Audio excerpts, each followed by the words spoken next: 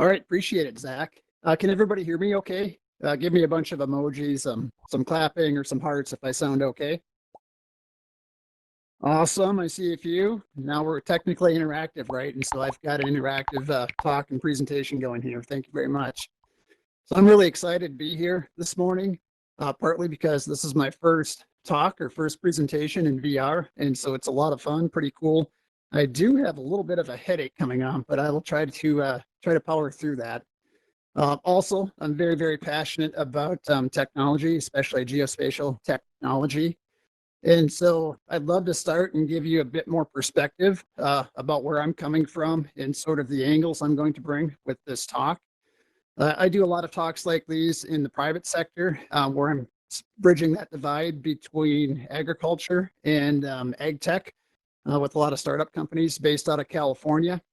And so I like to say I'm part farmer and I'm part geek. And so on the academic side, I have a PhD from Texas A&M University, expertise in GIS, remote sensing, GPS applications, in particular in landscape ecology. And so I think I heard a conversation about forests from California earlier. And so I've done a lot of work in forested landscapes using technology for academic research.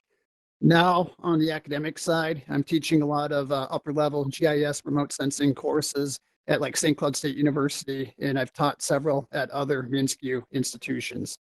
And so that sort of covers my academic background. If you look at my applied background, I'm very, very passionate about farming, row crop farming in particular, and the application of agricultural or ag tech and row crops. And so I jointly manage a row crop farm in concert with my family out in Western Minnesota. And so some of the technology that Chris was just talking about in the other presentation just an hour ago here, I'm using a lot of that technology on the farm in exactly the way as he described. And so today I'm going to delve into a couple of those with a bit more detail towards the end of my talk and hopefully give you, generate some ideas and get you thinking about how we can use GPS and other technology in a very applied format with large equipment in this case. We'll see if my little pointer works right here. All right, it didn't bomb out on us. That's excellent. And so I'm not going to read through that. Right now, I'm just curious. So I have a little bit of context. Let's see, let's look what we have for options on the emoji here. And so if you've heard of GPS at all, could you just, send up some claps? But if you know quite a bit about GPS, could you send up some hearts? All right, I'm seeing a lot of claps. All right, excellent. We got a couple of hearts, several hearts. All right, I'm having fun right now. It's actually pretty cool. And so it looks like we have a pretty interesting blend of in terms of the GPS understanding and background here. And so thank you, appreciate that. And so this will help me. I'm going to kind of adjust my talk as we go and delve into a bit more detail, I think, because it seems like we have a fairly progressive audience here with a pretty good understanding of GPS. Last question at this point. Yeah, let's do a sad emoji. Is there anybody that doesn't really know much of anything about GPS? Anybody? Excellent. I have free reign to fall down the rabbit hole. This is great. And so I will promise I will try not to fall too deeply down the rabbit hole here. All right. And so I love to start my talks just to give you a little bit of perspective about the structure. And this is great. And like Zoom, I can walk. I'm a walker. I like to walk around. And so we have three main segments for my talk. I'm going to give you a bit of background, the intro. Where's my laser here? Anybody see my laser around? There it is. I can't believe I found that. Excellent. Now that's just fun. And so I'm going to give you an intro and some background about GPS for the first part of the talk. From there, we will transition to the GPS primer and talk about the main segments, GPS performance and augmentation systems. And finally, what I would argue is the most exciting, most interesting part is I'm going to go over a couple of examples of GPS applications using heavy equipment. And I have some very detailed data and examples from my row crop farm in Western Minnesota, where we use a little bit of GPS technology and some automated steering in concert with some UAV imagery, 2 centimeter resolution imagery. And so you'll get a sense of how some of these different technologies integrate together in an applied environment on a row crop farm. And so I'm pretty excited about that. Oh, there I go. I dropped my laser. I have to set the laser.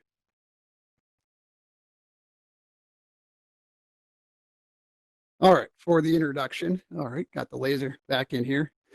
And so when you look at GPS, one thing that I really see in the private sector, I see it in academia as well.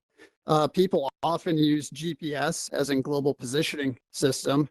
They use that interchangeably with GNSS, Global Navigation Satellite System. And so when you look at this, GPS is just one satellite constellation in the broader global navigation satellite system. And so I'm guessing many of you have heard these terms used interchangeably. Can you give me a couple of hands or claps if you've heard these used interchangeably? Anybody? Yep, pretty common. I see a couple going up. Glad to see several of you paying attention here. This is excellent. I get more interaction than I do live. And so maybe I'll have to just keep doing VR conferences here. And so that's one of the most common misconceptions is GPS references any constellation, right? That can be used for navigation purposes and so forth down on the ground.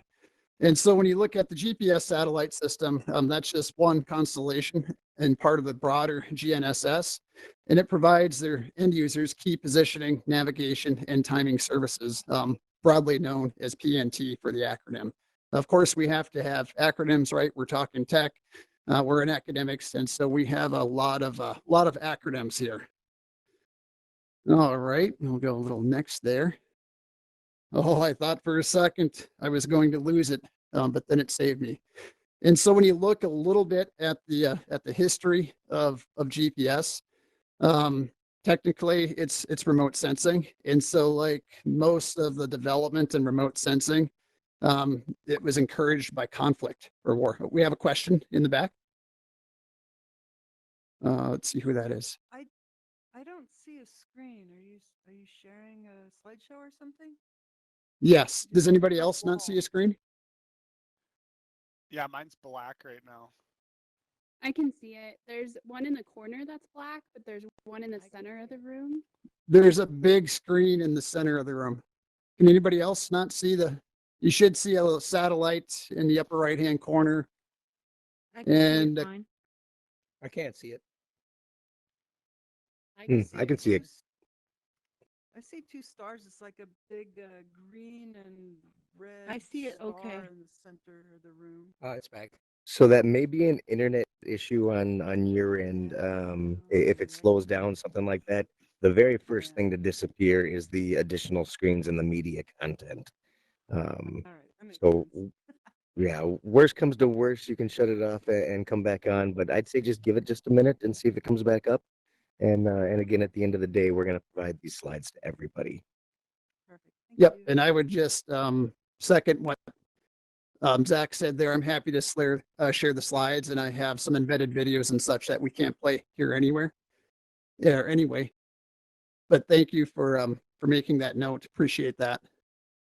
And so when you look at the history of GPS, the GPS constellation was started in 1973, developed by the U.S. Department of Defense. And by 1978, a prototype spacecraft was already launched. And then in 1983, it was opened up to public use. And by the early 90s, there was a full constellation of satellites orbiting the Earth, delivering GPS services to the people below. And so it wasn't widely public at that time, but this gives you a pretty good sense of what's going on with the history. Oh, and now my screen just about went black. There we go. And so I think there's just a little bit of a lag. My screen was momentarily black as well. And so if you look at some of that history in the Department of Defense, currently the GPS constellation is owned and operated by the U.S. government. And so you're talking about the U.S. Air Force is operating and maintaining most of the system today. And so you might see something like this, where you have people trained in maintaining and navigating the system, working out of a base station like we see right here.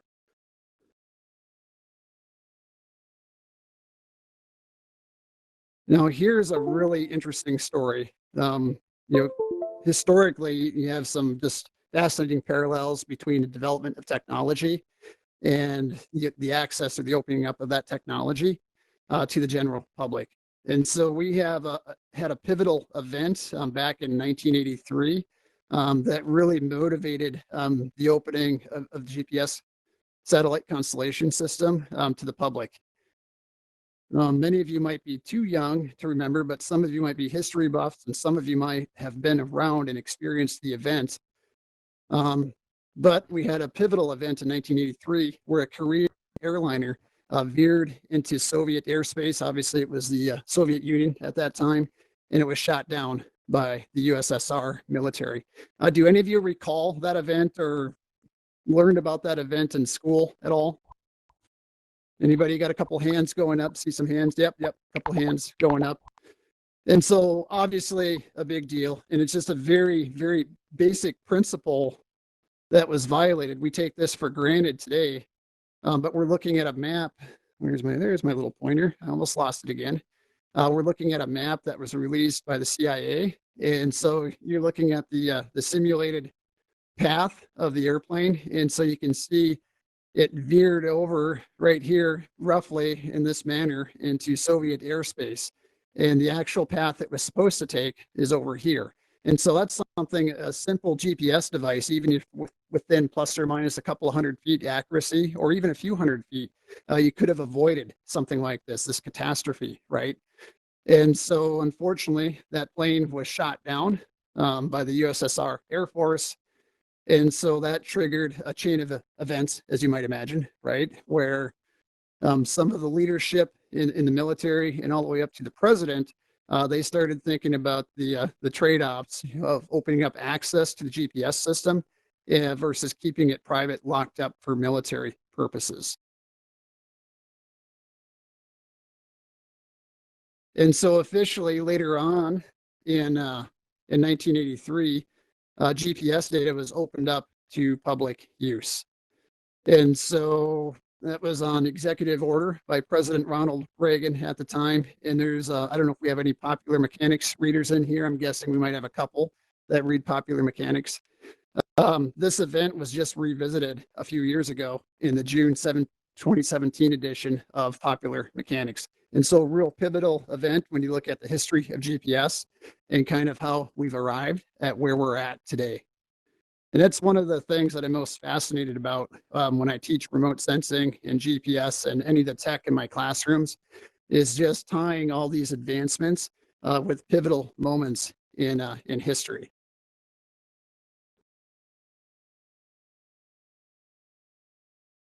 There we go. And so in 1983, when GPS data was opened up to public use, there's an important distinction to be made here. The signal and the accuracy was intentionally degraded. And so at that time, you were talking plus or minus a little over 300 feet in terms of accuracy. Obviously, that's excellent for airplanes, right? And for navigating trips where you're traveling between different countries and can avoid being shot down out of the sky. But that was very deliberate. And so in that situation, we're not offering our adversaries accurate data that they can use to target some of our key infrastructure in the US and things of that nature. And so certainly as well, there is the capability to jam the service at the same time. And so despite that traumatizing event with that Korean airliner being shot down in the early 80s, it was enough to encourage a bit of a change in terms of accessing or allowing access to GPS data. But it wasn't enough to say, okay, here we go, let's have blanket access to the high quality data.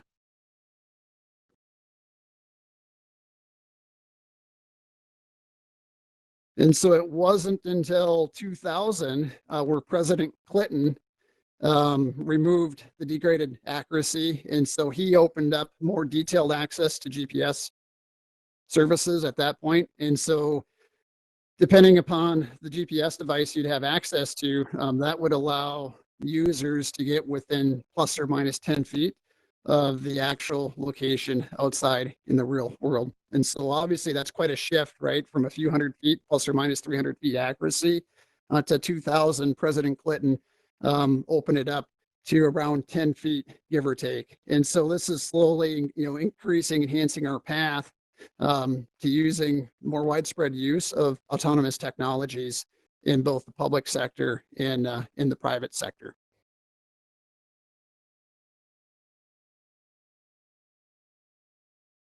Okay, any questions about the history? I just wanted to do a quick little historical introduction to give you some background there.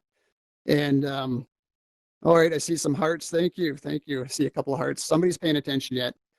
I got to pretend it's like one of my classes, make sure nobody's sleeping. It's hard to tell in VR, but I don't see any heads nodded off. And so we're transitioning to the next segment where I'm going to delve a bit deeper into the elements and infrastructure of GPS. This might be a refresher for some of you with a bit more knowledge about GPS. For those of you with less knowledge, you might learn a couple of things. And so you have three key segments when you're talking about the global positioning system. You have your space segment, your control segment, and your user segment. And so I've organized this part of the talk in the same sequence. And so I'm going to talk about the space, the control, and the user segments in chronological sequence for this part of the talk.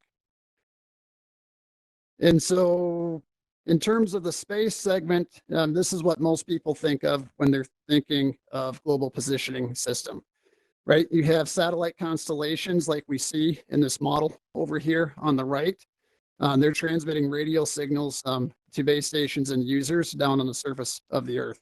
And obviously the orientation of the satellites provides comprehensive coverage on the surface of the Earth. And so you have that widespread coverage of the GPS signal. When you look at some of the latest specs, September 9th, 2020, the GPS constellation had 30 operational satellites in service. And so that's an increase from the 24 that we saw from the 90s. And so we're seeing that gradual improvement over time, right?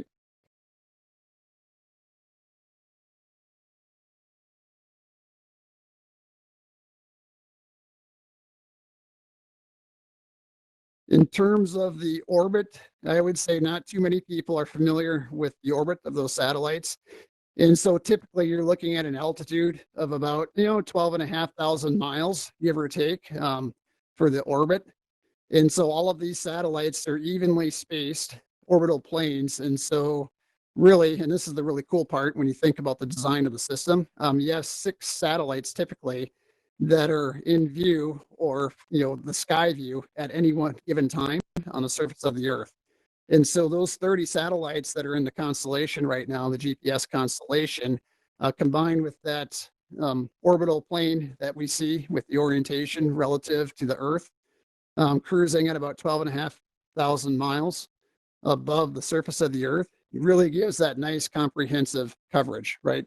That's one of the most critical factors when you look at the autonomous technology that Chris was just talking about over there. He was really getting into some of those details, talking inches or less, right? The first element in, achieving some of those accuracies is you need coverage. And so we have excellent coverage with the global positioning system that really sets the stage to exploit and use some of these autonomous technologies.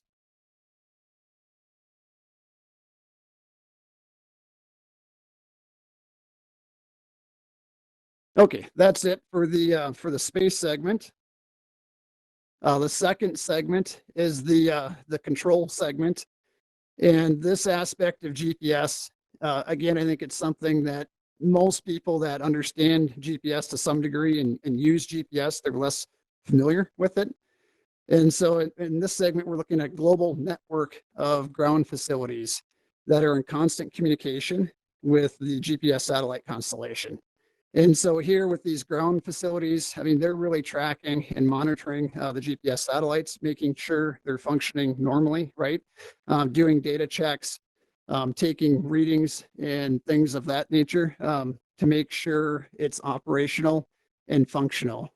And so we have a couple of different examples of ground facilities on that map over here on the right.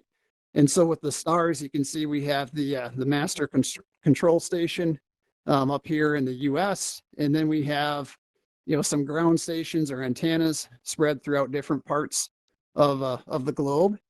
And so the main point of this figure on the right here is there's very comprehensive coverage with the ground stations. Why do you think that's the case? It's so it's easier to communicate and connect with those satellites. And so there's no downtime or limited downtime if there are potential issues encountered or problems with the satellite.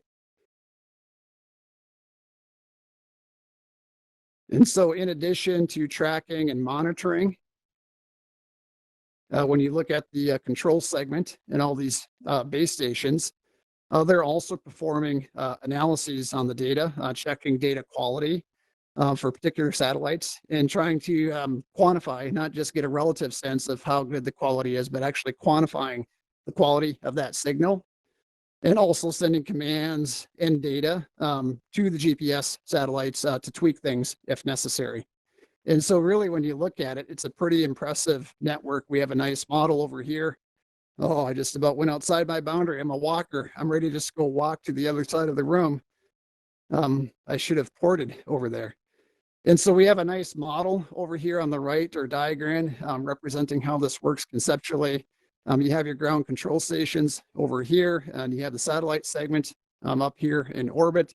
And so you need to rely on that communication with the ground control segment in order to control and have a sense of the quality of the signals that are being sent out to the user segment.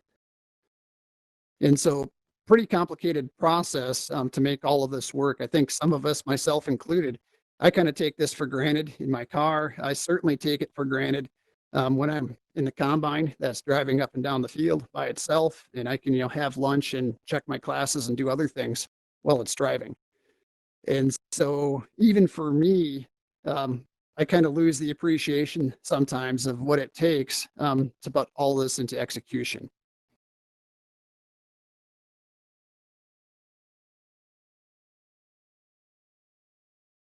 Now, the user GPS segment is the one that most of us are probably most familiar with. And it's pretty obvious, right? Here's the free access to very dependable data with excellent coverage.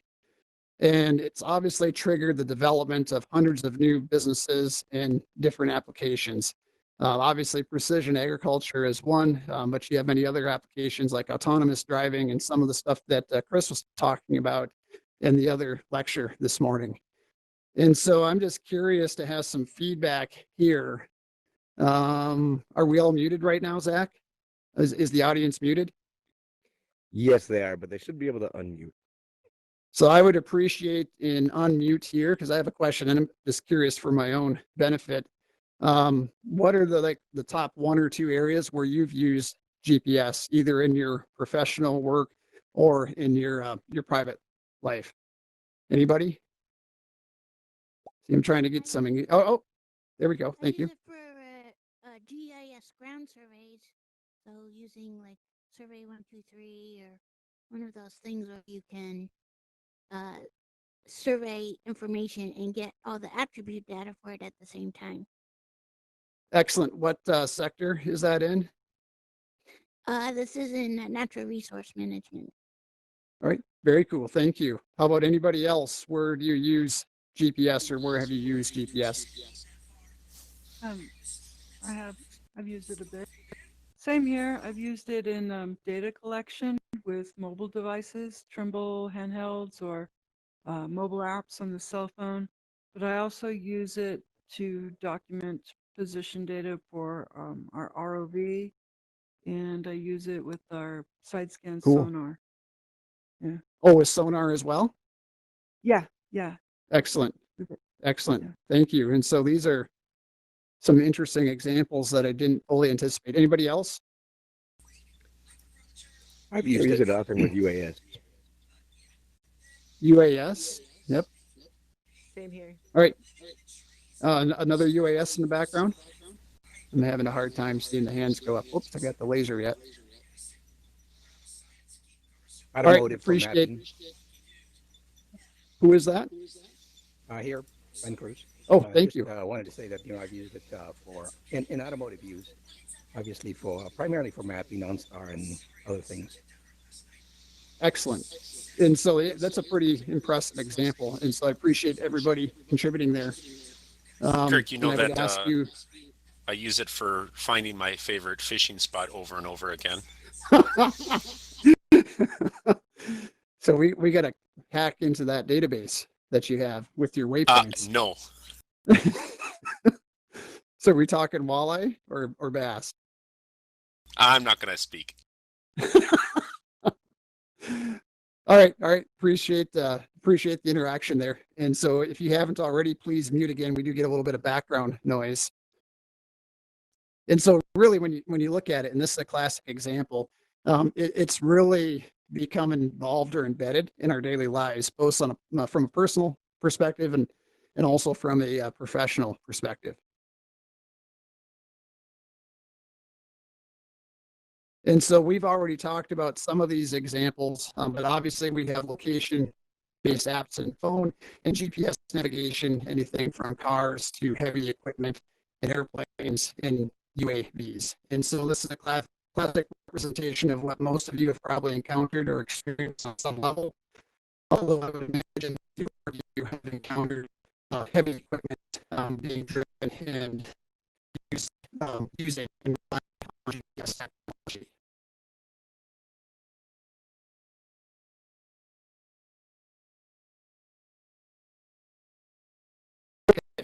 I'm going to spend a little bit of time on GPS performance here and some of the accuracy standards that we have. And so if you look at the accuracy of the standard positioning service or SPS, you just you're talking about 10 feet or less for most modern GPS devices. That's without doing any fancy corrections. I'm guessing some of you have probably performed differential corrections to get that increased accuracy. And so, of course, you've probably dealt with the positional dilution of precision. And so you have all kinds of issues that can influence accuracy. I'm not going to get into the finer details of the PDAP.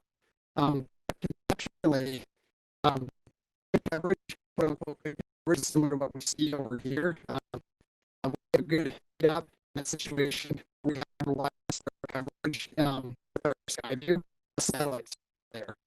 Poor coverage that leads to decreased PDAP and just confidence and accuracy, decreased accuracy.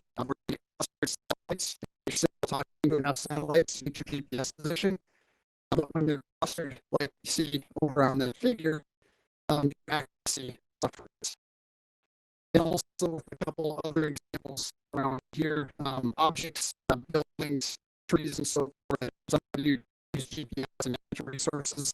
I'm sure you've been or near forest canopy and have had issues with GPS device. The hands are hard there. Issues with GPS signal in trees or by buildings. Yeah, and so all of these issues influence your accuracy, and so you might need to get or less on a case by case basis, and depending on where you're at on the landscape.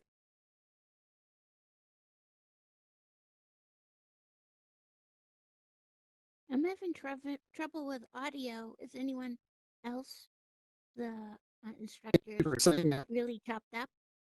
Yes, mine is choppy, Yeah. really choppy. Yeah, Yeah. Kirk, that sounds like it might be your internet because Mine it is sounds like too. everybody else is hearing a little distortion from you. So I don't know if sounds a little choppy. yes. Let me So I wonder if maybe check. you have any other devices on your Wi-Fi that you can turn off. Yeah, let me just double check here.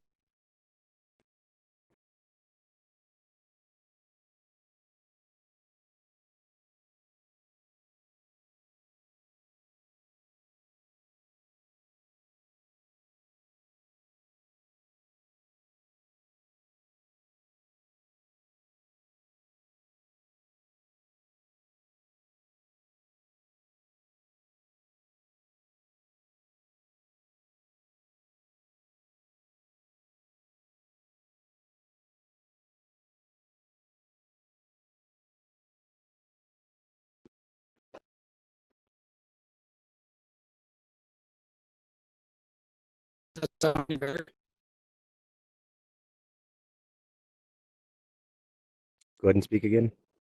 Does that sound any better? It's still a little bit choppy there. I wonder if the internet seems to be functioning fine. Yeah, turn the audio off and on or something.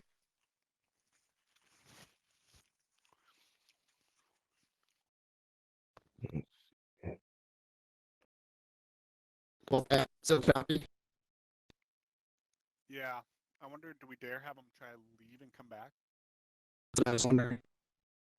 Yeah, I mean, give that a shot real quick. And, unfortunately, that's limits of technology, just like in Zoom meetings, every once in a while we have people cut out. And sometimes we have to leave and come back quick.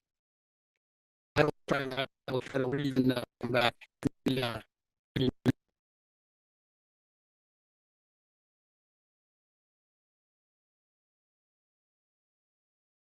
I appreciate everybody's patience. We're working through issues. Obviously, this is our first time doing any type of VR conference, so there are bugs, but it just kind of is what it is. So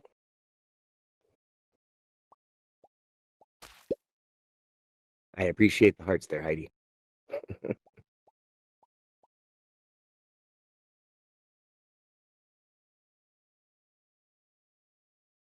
Yeah, the screen started working for me. I can see it. All right, great. Screen is fine, but I can't hear the other person's voice. Barely. Yeah, so Zach, you probably didn't have Amplify on when you were just talking. Can you hear me? Yeah. Now I have it on. I forgot All to right, put it on. no worries. Plus, there's a volume control on the bottom of your mask. So the volume control on the bottom of your mask is for the volume of you hearing us. So you can push that up and down.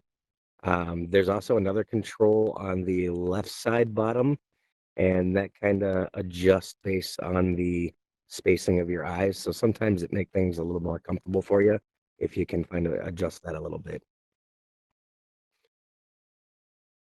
Zach likes to liven things up back there. Our IT guy, he's in here throwing snowballs at people. I noticed that the screen, the text, the smaller text is a little bit like blurry. Or like, I don't know, like it moves. So I was just wondering if there's Yes. something that we can do to fix that. No, not really. And we're looking into and just figuring out some of the best practices. We've figured out that when you're in a VR environment, using a dark colored background with white lettering actually shows up a whole lot better. But then we need to figure the right size for that lettering. And it's kind of that mix that all of us instructors, regardless of our field, find of how much information do you put on your slideshow and how much do you just kind of point yourself to talking points. So we're finding that less is more and easier to see because we can make it larger and bolder. Yeah. Yeah. The larger font is better. Yeah.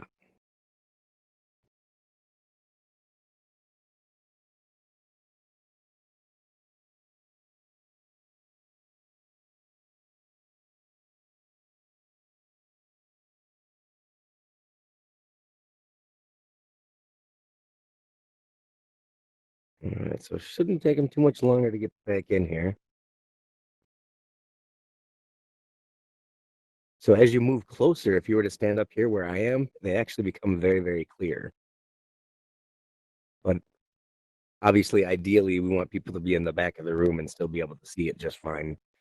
So we'll need to accordingly make those adjustments for our next session or our next VR workshop. I'm back. How does that sound, Zach? That sounds much better, Kirk. All right, I'll let you take back over, and I'll stop standing up here like I know what I'm doing.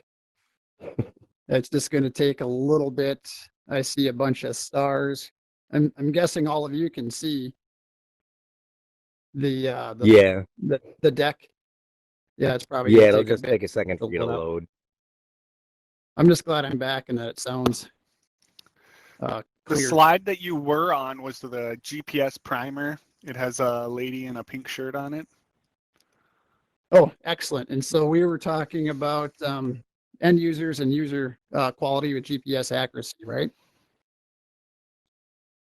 Yes, sir. Can you let's go ahead and flip to the next one. Yeah, can you tell me what's on the next one?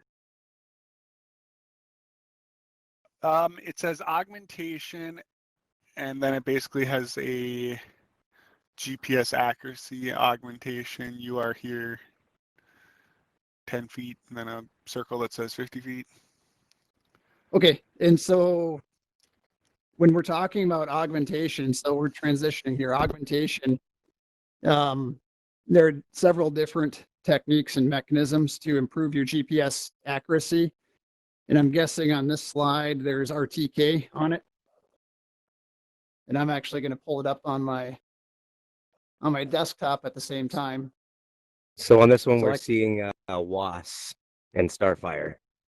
Okay, yep. Just let me, I'll pull it up on my laptop. I got that right in front of me.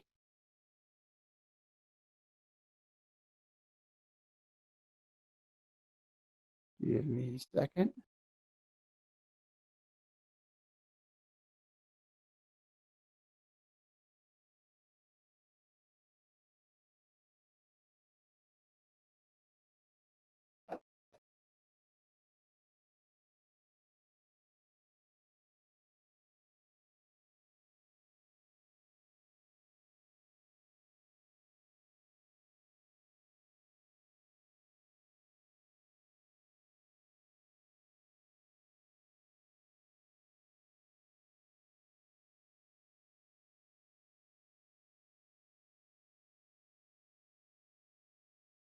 I can't hear anything anymore. Yeah, he's not talking at this second. He's pulling up the presentation on his laptop there. I'm sorry. There we No go. worries. We almost need some like So I didn't have it perfectly memorized. That would have been useful at this point. You mean you don't memorize all of your presentations? I Kirk? know.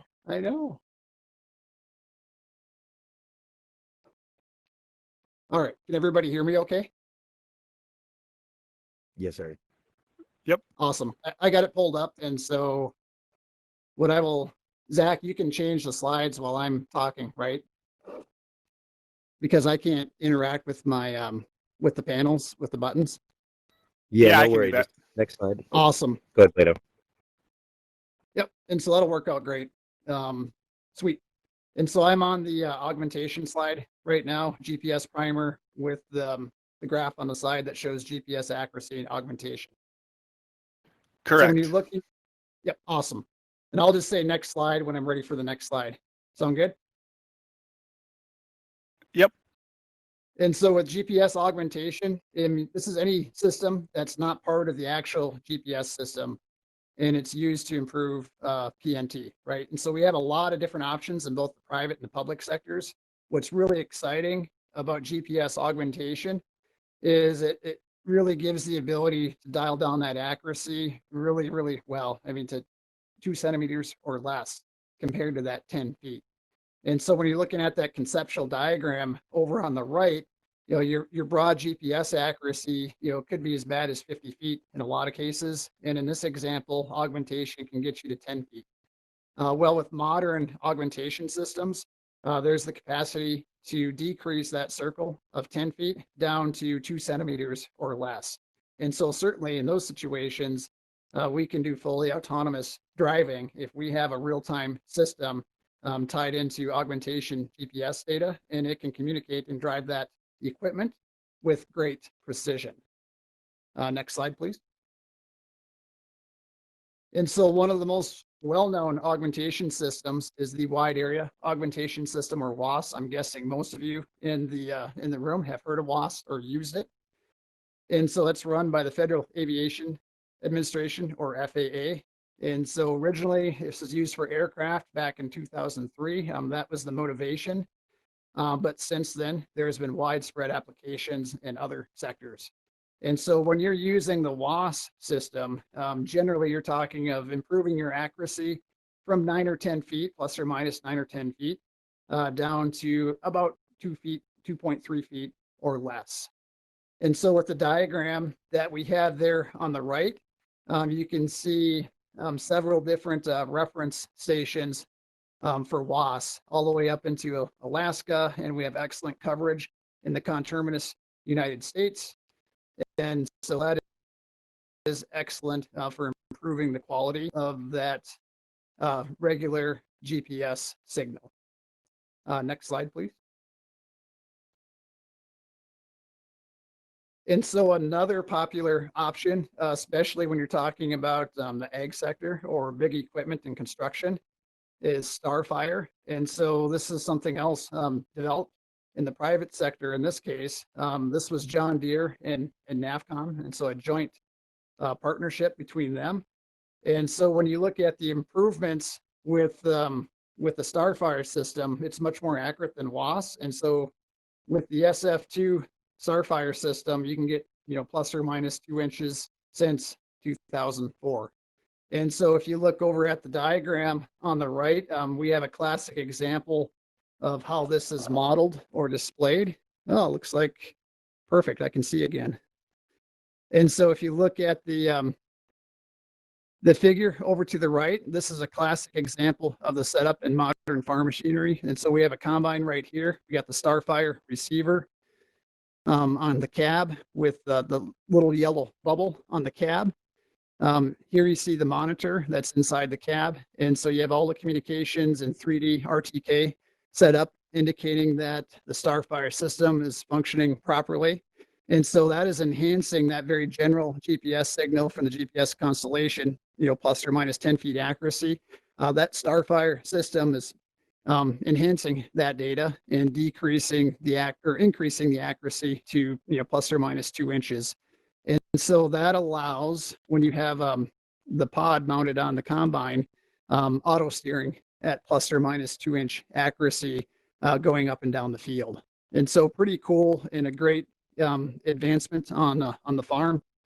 I lived through this transition. I wasn't farming the whole time, but my grandfather, who's been farming for 65 years, he just retired 5 or 6 years ago in his 80s. And so he lived through this transition, and he swore back in the 90s that he would never need auto steer going up and down the field. He said, I can steer up and down the field fine, right? I've been doing that for 40 years or whatever. I don't need a computer telling me how to steer. Within 3 years of that statement, his son, my uncle, talked him into trying it 1 year. And by the next year, he could not combine without the auto steer because it was so much more relaxing. It allowed him to combine for longer hours, longer days, with greater efficiency and so forth, and less strain on him. And so this is a classic setup for the Starfire system on a combine. Woohoo! Okay, I'm going to spend the last, what do we got, 15 minutes here? Talking about more detailed examples in the ag sector and how some of this is applicable. Some of this technology is applicable using heavy equipment and other geospatial technology. All right, thank you, Zach. I got my little notification for 15 minutes. And I sound pretty good yet? My voice is sounding pretty clear? Get a couple of thumbs up or claps. Thank you, Zach. And so for the row crop farm demo, awesome. Nobody fell asleep yet. Not too many. Appreciate that. For the row crop farm demo, we have an example close-up of the Starfire receiver here. And just give me a second. I got to get my little laser back. It was pretty handy item. Oh, spawn there. Thank you very much. I appreciate. Oh, there we go. And so here's the Starfire receiver that's typically mounted on the cab of a combine or a tractor. And so that allows access to that enhanced GPS signal and better accuracy. And so this is a typical placement of it that you see on a tractor. And here's a classic monitor. And so typically you're talking a monitor about this size. John Deere, you're talking 2600 or 2630 monitors. And they're basically like our laptop or desktop computers, except they're talking to the combine and they're talking to the Starfire receiver, and they're communicating with GPS satellites and Starfire system and driving that combine automatically. And so what's cool with this receiver is you can look at all those diagnostics on the computer, and you can also look at other diagnostics about the combine and put different user inputs and calibrations in there, so on and so forth. Now, how does this look? You know, when you start talking about equipment that you're pulling, we're pulling a seeder right here. Looks like probably planting corn in this case. And so not only is the computer in the tractor that we were just looking at talking to the Starfire system with plus or minus, 2-inch GPS accuracy, it's also communicating to the equipment and reading maps in the background. And so the computer knows, based off the GPS reading and the location of the tractor, it knows when the planter is crossing a particular area in the field, and it will change the population. In this case, it will bump up the seed population or decrease the seed population based off the location in the field. And so this is another example of what you might see on the monitor. This gives you the population specs of what's being placed for corn seed in the planter. And while all this is going on, you can look at this in the cab. The GPS signals being recorded in that cab and interpreted and used for auto steering. And so sort of the final step of this process is, as you're planting corn in the field, you'll see a map like this. And this is what the farmers just call mapping. They don't call it GPS or GIS. They just say painting or mapping.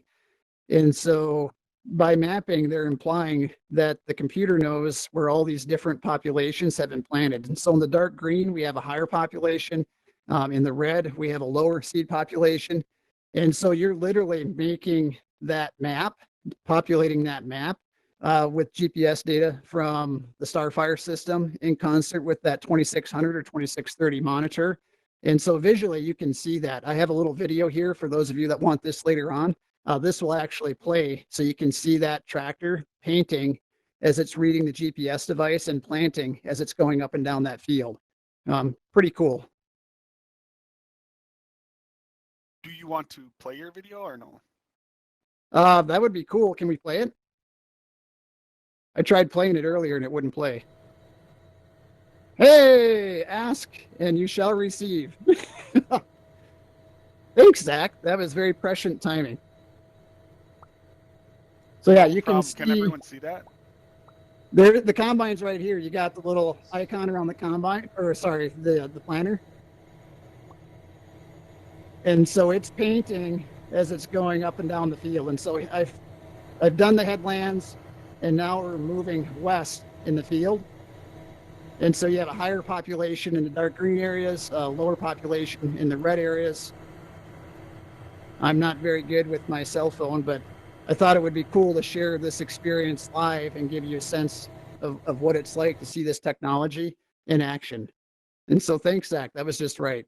And so there's a lot happening involving, but it all ties back to GPS. Without not only GPS, but the augmentation system, in this case, the Starfire augmentation system, what you're looking at there is not possible, right? If you're off by, plus or minus 10, 15 feet, you're not doing precision farming. But if you can auto steer plus or minus a couple inches and read detailed maps like that, you're in really good shape in terms of precision farming.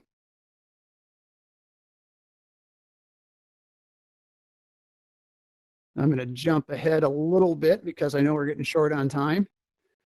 And so right now, most growers, they just use auto steer and GPS for driving up and down the field. They manually turn on the headlands. But as Chris alluded to in the talk earlier, the technology and software exists where you can automatically turn on the headlands as well. And so the biggest obstacle there, liability issues, if the software doesn't work, the manufacturers don't want to be responsible for potential issues and lawsuits and things of that nature.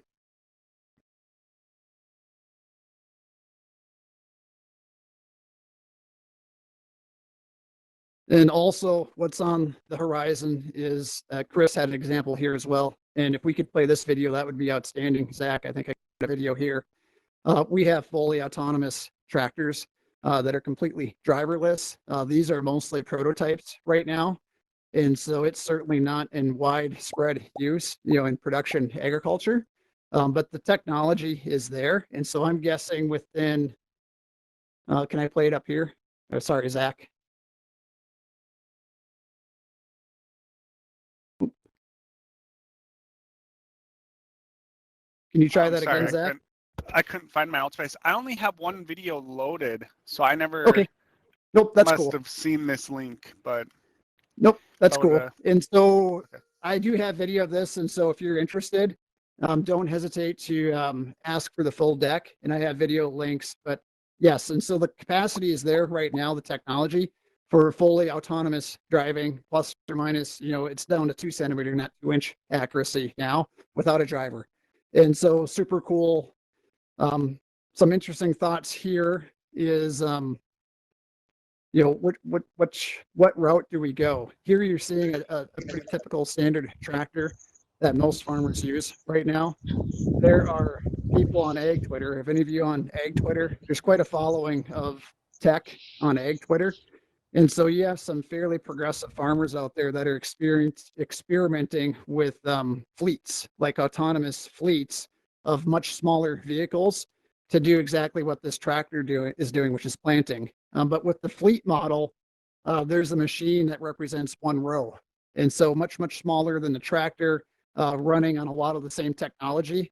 And so you're looking at trade-offs there, right? What's the best option? Do we keep our big equipment, or should we release an autonomous fleet to go plant that field?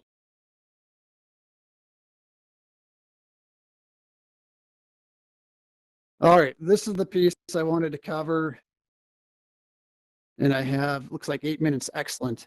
And so here's where I get really excited.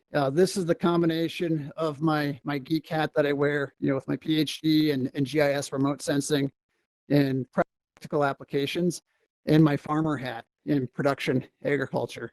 And so when you look at the opportunities that are in front of us, strictly focused on the ag tech sector, but the same principles apply in other sectors, it is quite powerful to carefully align multiple sets of data and act to solve problems. In this case, we're talking about farming. We can act in near real time to solve problems during the growing season. And so what I get excited about as a farmer, and also in my consulting work for a startup company called Series Imaging based out of California, is technology is giving us the capacity to make decisions that save the growers money, like Chris was mentioning earlier, and also that are better for the environment. And so when we can integrate multiple sets of data with precision, we can act in near real time. And so a common source of imagery is from drones. The issue is most of the automated processes for assigning coordinates to that imagery results in a substantial shift. You can be off by 30 meters. And so we're looking at my RTK Starfire data from the planter. If we were to believe my 2 centimeter drone imagery, it looks like I was planting corn in the trees. You see that? And obviously we can't use that in a precision farming system. And so this is the center of the tractor. I got 20 feet on either side that I'm planting corn. Clearly we have geometric alignment issues. And so, but what's coming is automated procedures. If we flip back and forth here, I applied a custom orthorectification to that UAV imagery, and you see how it lines up perfectly now. If we flip back and forth, and this all ties to GPS, the RTK GPS is not aligned with the in-season drone imagery. But with new tech and advances in GI science, there I did it. This went blank on me. Come on, gonna come back. Hey, there we go. Excitement. Little things excite me. And so this is huge. And so we're right on the precipice of, I'd say, exponential advances in precision ag, because right at our fingertips, we have the possibility of integrating in-season, near real-time, high-resolution imagery, like we have 2 centimeter resolution imagery of a cornfield here, that will sync up almost perfectly with RTK GPS data used to automatically steer combines and tractors in the field. And so when I say it matches up perfectly, I have a 16-row planter, right? And so I can't zoom in here, but typically I would pull up a park map or something. And if you zoom in, you can see that the point from the tractor, there are 8 rows to the left and there are 8 rows to the right, which is just amazing, right? You've represented reality almost perfectly in this digital computing environment sitting in a tractor, which is pretty cool when you think about it. Now, what opportunities, I got a few minutes here, does that provide? And so many novice drone users, especially in ag, but also other sectors, they're just looking at imagery, like true color imagery. I know several of you are probably well aware of some of the indices for crop and vegetation vigor that you can calculate from remotely sensed images. And so in the ag sector, I mean, we can calculate vegetation indices, and I just have, I think, NDVI or something calculated here. So we can see the change in vigor of the crop throughout the field. And so we can see this spot up here is a little bit less productive. So at this point in the growing season, I only put down 40 or 50% of my nitrogen up front at the beginning of the season. Most growers do 100%. I put down a little bit at the beginning because it's better environmentally. We're not exposing it to runoff and things of that nature. I don't have to spend as much. And then when I come in and look at imagery during the growing season, if I see a part of the field struggling, there's probably something else going on there where more nitrogen is not going to improve that crop. And so my model is to come in with Y drops and apply the rest of my nitrogen during the growing season. And I will only place that nitrogen where the crop is doing very well, because I know that that excellent crop that we see here with the dark green, it's going to use that nitrogen. It's not going to release it into the watershed.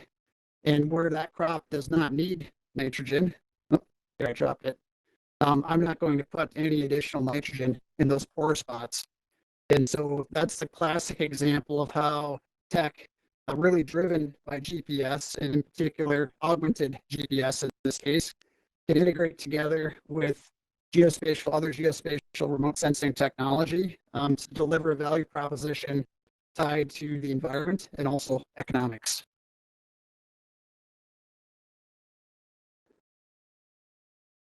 All right, I only have a minute or two left, and so let me end with this slide, and it kind of reiterates the same point that I made from before. We are at the precipice again of going fully autonomous in farming, where we have the capabilities right now to have cabless tractors that can do what I just described without an operator. We're not quite at the point where we can automatically pull in the UAV imagery into the computer on the tractor to make decisions and act, but we're close. And so right now, you have some schmuck like me doing this in a semi-manual basis. I'm doing things on my laptop. I'm loading things up on the monitor. I'm doing custom processing. Oh, I gotta be careful with that laser. Luckily, it's virtual reality, so I'm not gonna blind anybody. And so it's semi-manual in that regard now. But I would say within the next 5, maybe 6 years, we will be very close. We, being the industry in general, will be very close to automating this process, where it will be almost seamless. And from there, I would be happy to open up the floor to any questions. That's a good stopping point. Thanks for your time.